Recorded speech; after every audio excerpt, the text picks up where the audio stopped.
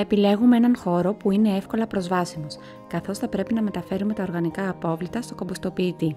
Επίσης, αναζητούμε έναν χώρο που δεν είναι πολύ μακριά από το κήπο μας, όπου ενδέχεται να χρησιμοποιήσουμε το κομπόστ μας. Ο χώρος θα πρέπει να παρέχει προστασία από τις καιρικές συνθήκες. Ένας κομποστοποιητής πρέπει να παραμείνει στεγνός και να προστατεύεται από τη βροχή και τον ήλιο. Ο κομποστοποιητής πρέπει επίσης να είναι τοποθετημένος σε έναν χώρο που υπάρχει καλός αερισμός. Ο αερισμός είναι σημαντικός για τη διαδικασία της κομποστοποίησης, γιατί θα πρέπει οπωσδήποτε το χώνεμα να γίνεται κάτω από αερόβιες συνθήκες. Επιλέγουμε μια επίπεδη επιφάνεια, απαλλαγμένη από αδρανή υλικά, ξύλα, πέτρες κτλ., όπου μπορούμε να τοποθετήσουμε το κομποστοποιητή. Αν η επιφάνεια είναι ανώμαλη, ενδεχομένως να είναι δύσκολη η τοποθέτηση και η χρήση του.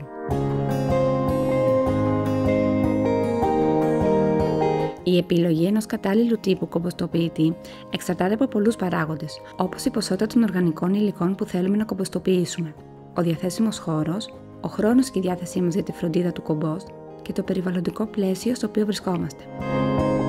Παρακάτω παρουσιάζονται ορισμένοι τύποι κομποστοποιητών. Κομποστοποιητής σε σωρό, κομποστοποιητής κλειστού τύπου, κομποστοποιητής ανοιχτού τύπου, κομποστοποιητής κυλίνδρου, αυτοσχέδιος κομποστοποιητής από παλέτες. Ανάλογα με το κομποστοποιητή μας, οι απαιτήσεις για το μέγεθος των κομματιών μπορεί να διαφέρουν, αλλά συνήθως πρέπει να είναι περίπου 2,5 με 5 εκατοστά μήκος. Κόβουμε κυρίως τα μεγάλα φύλλα, τα κλαδιά, τα φρούτα και τα λαχανικά σε αυτό το μέγεθος. Κάποια υλικά από τα ξύλα, τα κελύφη των ακρόδιων, π.χ. καρύδια, οι φλούδες από ασπεριδοειδή και τα μεγάλα κομμάτια φρούτων μπορεί να είναι δύσκολο να χωνέψουν πλήρως από το κομποστοποιητή. Προσπαθούμε να τα αποφύγουμε ή να τα κόψουμε σε μικρότερα κομμάτια. Τα φύλλα και τα λαχανικά περιέχουν υγρασία που βοηθά στη διαδικασία της κομποστοποίησης. Αν τα υλικά μας είναι πολύ ξερά, μπορεί να χρειαστεί να τα διαβρέξουμε λίγο πριν τα προσθέσουμε στο κομποστοποιητή. Αν ο κομποστοποιητής μας έχει ρυθμίσεις λεπτότητας, επιλέγουμε την κατάλληλη ρύθμιση για τα υλικά μας. Ορισμένα υλικά, όπως τα μαλακά φύλλα, μπορεί να χρειάζονται λιγότερη κοπή από τα σκληρά κλαδιά ή τα λαχανικά. Κόβοντας τα υλικά σε μικρά κομμάτια, βοηθάμε το κομποστοποιητή να διασπάσει τα υλικά πιο γρήγορα και αποτελεσματικά, επιτρέποντάς μας να παράγουμε κατάλληλο κομπόστ πλούσιο σε χούμο για το κήπο μας. Τα οργανικά απορρίμματα πρέπει να τοποθετούνται μέσα στο κομποστοποιητή σε διαδοχικές στρώσεις. Βάζουμε εναλλάξτα πράσινα απορρίμματα που είναι ακόμα υγρά με τα καφέ και ξηρά απορρίμματα. Το ιδανικό είναι να τα ανακατέψουμε μεταξύ τους ώστε τα πιο χοντροκομμένα υλικά να αερίζονται και να ενσωματώνουν τα πιο λεπτοκομμένα που αποσυντίθεται γρηγορότερα. Έτσι θα επιτευχθεί η χώνευση. Σχεδόν όλα τα απορρίμματα του κήπου είναι ανακυκλώσιμα. Αποφεύγουμε όμως την κομποστοποίηση των φύλλων και των κλαδιών από άρρωστα δέντρα, των φύλλων της καρυδιάς και της βελονιδιάς. Το κομμένο γκαζόν ενσωματώνεται πιο εύκολα εάν το αφήσουμε πρώτα να στεγνώσει για τουλάχιστον 24 ώρες. Τα περισσότερα απορρίμματα κουζίνας μπορούν να γίνουν κομπόστ, όπως φίλτρα καφέ, φακελάκια τσαγιού, τσόχλια αυγών, φλούδες λαχανικών και άλλα.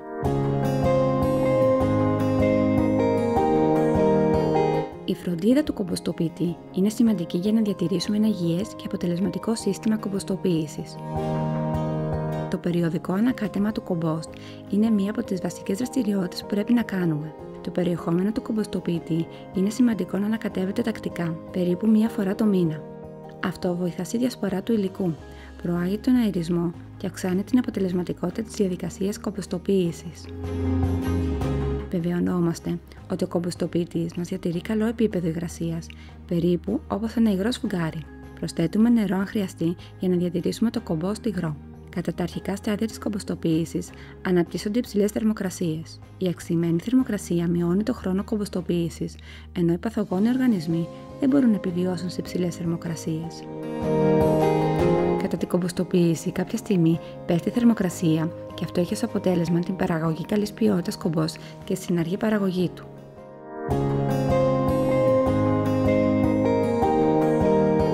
Χρειάζονται περίπου 6 έως 12 μήνες για να επιτευχθεί ένα ώριμο κομπόστ που μπορεί να χρησιμεύσει ως λίπασμα.